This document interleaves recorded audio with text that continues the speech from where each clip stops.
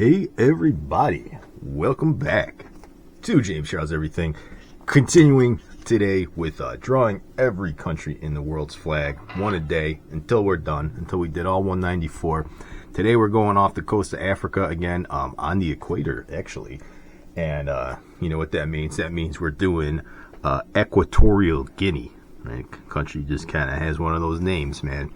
And what is an Equatorial Guinea, right? I always just thought it was an Italian that got left out in the sun too long. All right. And I can say that because I am Italian, so I'm allowed to use Guinea. This country, what do you want to see on this channel, guys? You want more jokes? Let's see. No. No's. Okay, yes. One guy wants some. A lot of no's. What about hot chicks? Want me to see me draw more hot chicks? Yes. All right, a lot of yeses for that. That one's popular. What about cooking tips? Right? Or maybe health advice? No cooking tips. Okay. All right, I'm just gonna stick with drawing then for now. We'll do our drawings. So, Equatorial Guinea. It's on mainland Africa, but then it has 5 islands that are inhabited as well. One of the smallest countries in Africa by both area and population, and inhabited by a lot of pygmy ethnic groups. Sorry, I have issues saying that word. Until the Bantu expansions of later centuries. Right, those Bantu tribes coming on in. Let's bisect this into thirds here.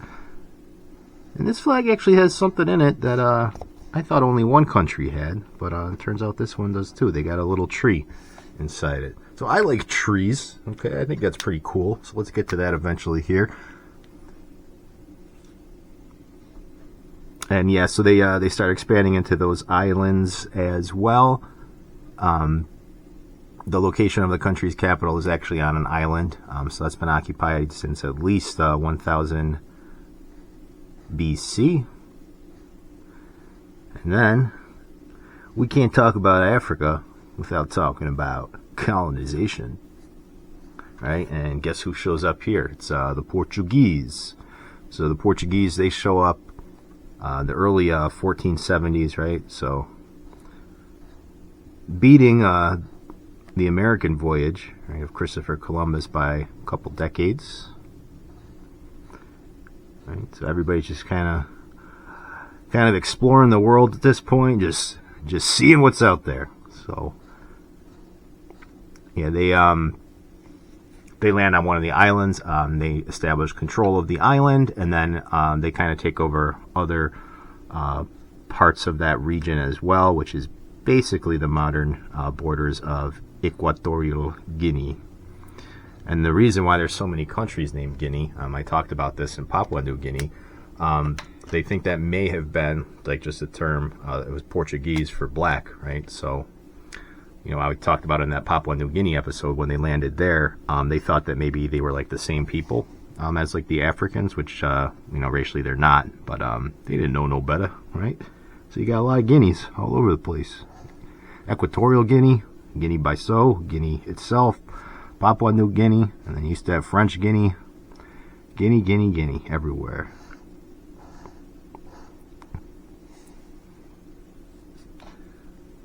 So 1778, Portuguese actually, they give this land to Spain in the Treaty of El Pardo, and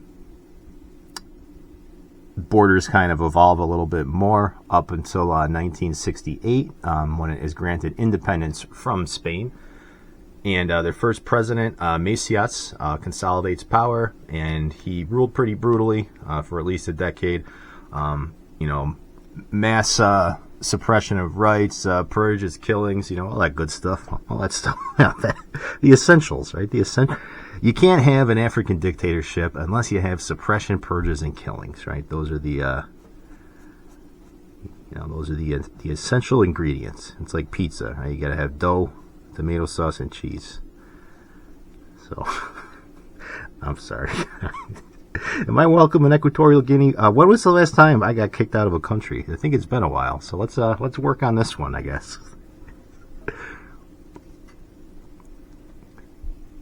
Yeah, either some say that like a third of the population was like either killed or exiled during this guy's reign. So I know it's not funny, but I can't help myself because again, it's an African state, right? They didn't develop politics, like other states did. So just treating this as like a country, right, with elected presidents and legislatures and all that stuff, it's kind of alien to them, and that's why it doesn't work, right?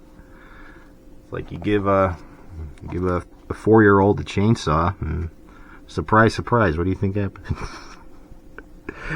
Oh yeah, we're working on it. We're working on it today, James. The old James is back.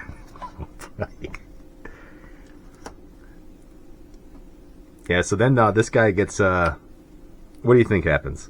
Right, he gets ousted in a coup, because of course he does. And then you get a new guy, Obiang, who has ruled ever since, basically until I believe 2022. So I think we were talking about this the other day, right? These dictators, right? What is the oldest? Right, you can't count like a king or something, right? Because that's different. But like an actual like republic, like who's been in power the longest time? And it might be this guy. 1979, Obiang became in power.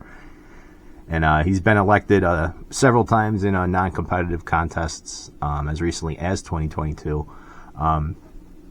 They've had a little bit of growth due to their offshore oil reserves, kind of like in the late 90s, but it has seen a bit of a decline, kind of like a lot of countries has.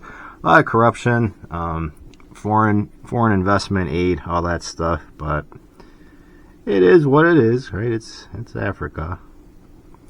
Let's get that tree in here. All right, so they got a little.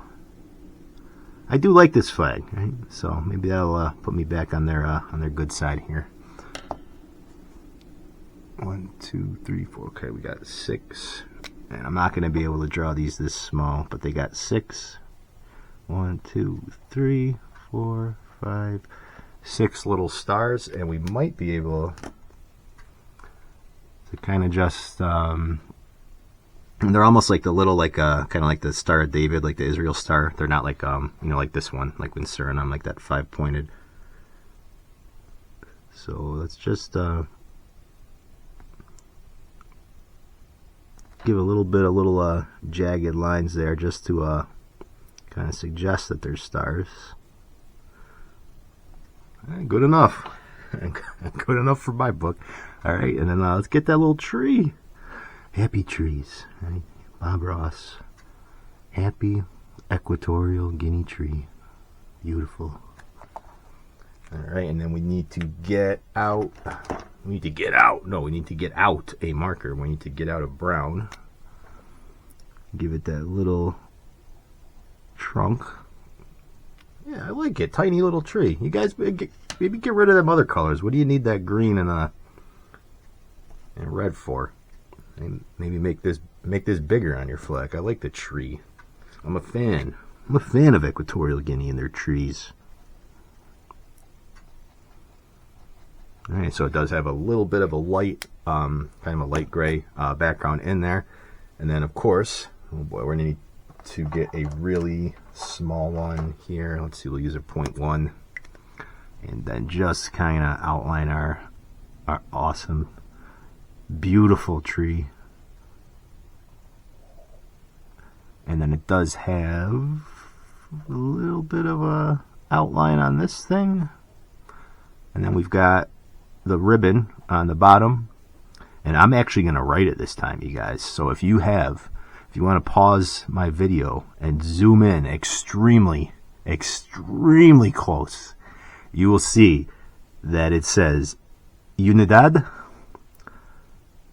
Paz, Justicia, Unity, Peace, and Justice. Can you see it? I swear I actually wrote it in there. All right, what do we got here? We got so we got the 3 bands. We got that triangle on the side there. It's those yellow 6-pointed stars represent the mainland and the 5 islands, right? So kind of the 5 regions of the country.